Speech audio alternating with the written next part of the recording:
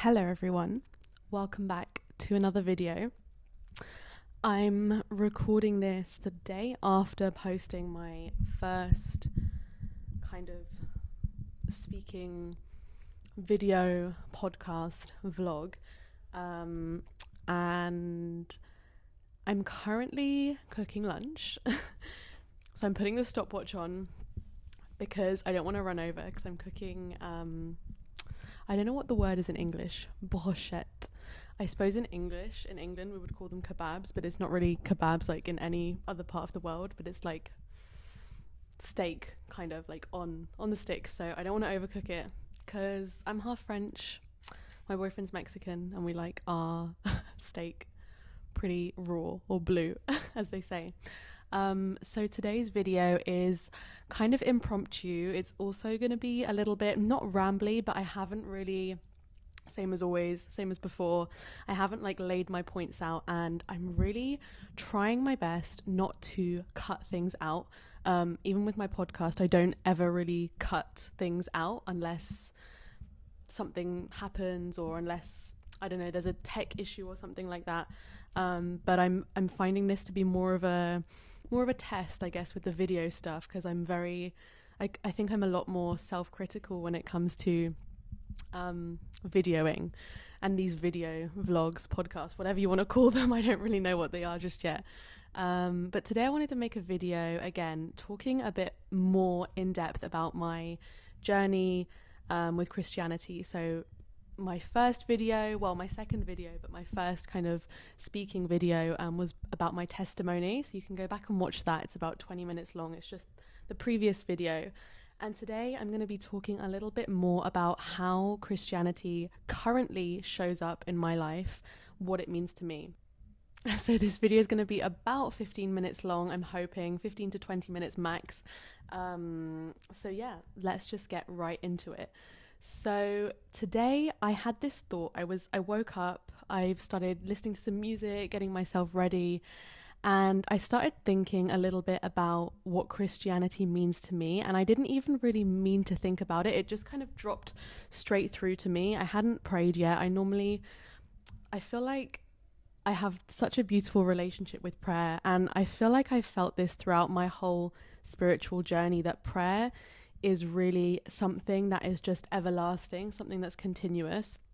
Prayer is something that I feel like we're always doing, and I feel like I used to think of this as manifesting and kind of, reality shifting in moment to moment, but now I really see that we're always praying, we're always in communion with God, especially when you do believe.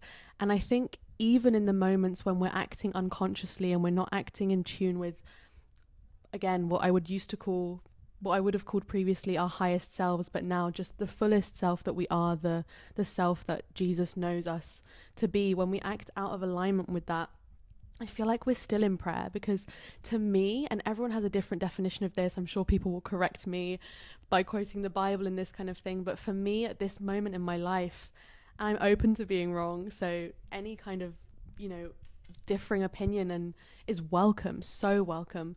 But to me, for this moment in my life, prayer really is just the present moment. Like, prayer literally to me is eternal. It's something that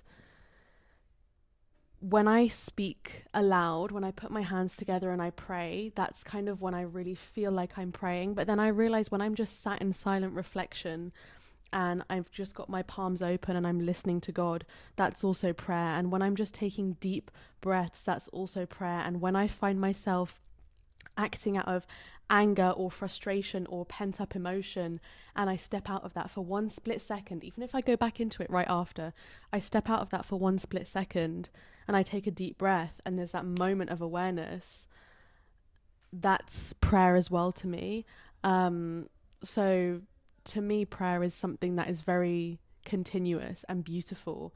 And that's how my relationship with prayer has evolved, really. I used to pray to the universe, but I never thought of myself as like worshipping the universe. I simply would just pray to the universe. And I think it was really this, me blocking myself from just praying directly to the creator, to God, to source.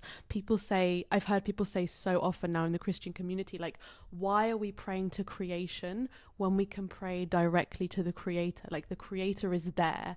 And creation, in my opinion, is beautiful. It has its own intelligence. It's wise, but doesn't have the characteristics of God, because it's not God. So it's not omnipresent, it's not benevolent, it's not all knowing, it's not omnipotent, because it's creation, and it was created to have it, like I said, to harbor its own beautiful, divinely orchestrated intelligence. But to me, it's been so important to come back to the fact that the being, the entity, the source that created that is God. And I think that's something that brought me deeply back to Christianity, because I feel like with other religions, and I don't want this to be like a comparison or, talking about why Christianity is the best and all that kind of thing, but with other religions, I do feel like there's a tendency to find the religion and then find the practices through the religion. And obviously there's a reason for that. There's a reason people find certain religions and customs and practices. But for me, anyway, with Christianity, I feel like it was that switch of realizing, I know there's a creator, and I know it's God with a capital G. And deep down, I knew it was the Holy Trinity. But even irrespective of that, I knew it was God with a capital G. I need to just go directly to God and say the same things that I'm saying to the universe, when I know I'm not worshipping the universe. I know I don't worship the universe. I know I don't think the universe is God. If I thought that in that time of my life, maybe it would be different, because maybe I would have that realization, then I'd step out of it and be like, oh, okay, I'm going to switch.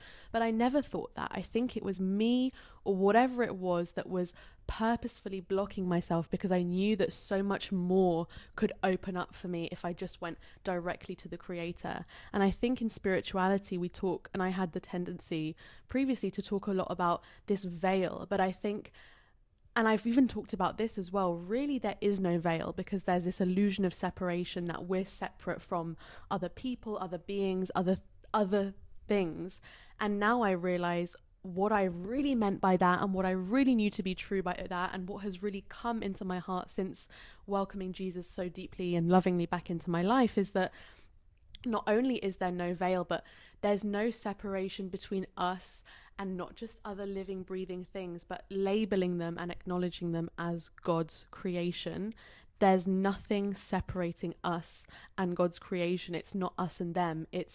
We are all God's creation. We're all so created to live harmoniously and freely and lovingly and in reverence to the being, the God that created us. And to me, that's prayer. So I feel like I have one point in my day where I really try to consciously carve out time to pray, like really, whether it's put my hands together and speak out loud, whether it's just to close my eyes, take some deep breaths, listen to God, whether it's to kind of have that narrative, that prayer voice speaking in my mind. I really take out some time every day, whether it's morning or evening, to consciously create that. But every moment of life, and not just my life, but every moment of life is prayer, because like I said, in every moment, we're in communion with God. And I find that to be so beautiful. And I've really digressed here, but I think that is one of the things that has pulled me back so openly to Christianity, really, is that realizing that's, for me, what Christianity means currently at this point in my life.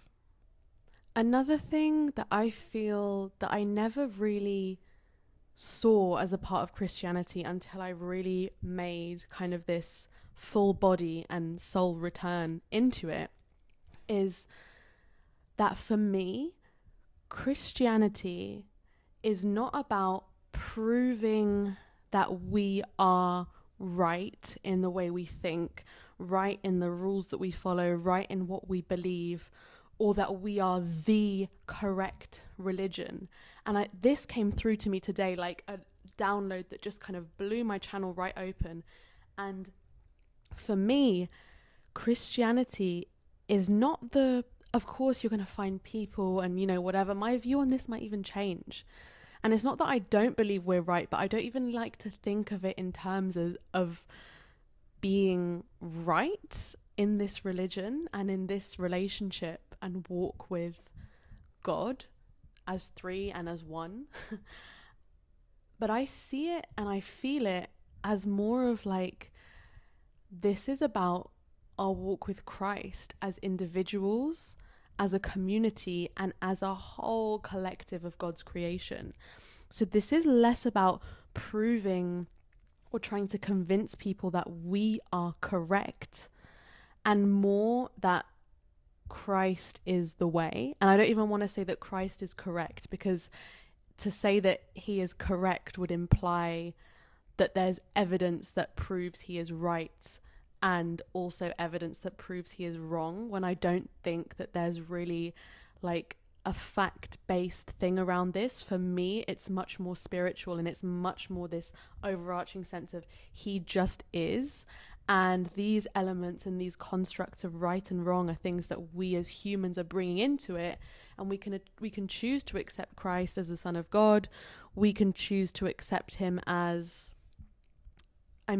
he's a figure that a lot of people believe in, but not necessarily that all the people that believe in him don't necessarily believe in him as God and the Son of God and God incarnated as human flesh to die for our sins. That's what I believe. That's what I know to be true and believe to be true. And I respect that others don't. But I think something that's so profound is that across all religions, I feel like, and not just all religions, even, all spiritual beliefs, atheism, whatever it is, I really feel like it is more rare to find people that just in general don't believe in the existence of Christ than who believe in his existence but don't see him in the same way that Christians do, which even all Christians don't see him as the same. And the reason that came through to me is because, again, I'm not going to talk about like really controversial things and stuff, but I just saw something come up on my TikTok page today, and it was like, oh, Christians are worshipping a Muslim man. Jesus was Muslim. And I'm not going to say that you're right or wrong, but I don't believe that. And it's not because I think that being Muslim is wrong by any stretch of the imagination, but I just don't believe that to be true. And I think we have enough evidence to know for a fact that that is not true.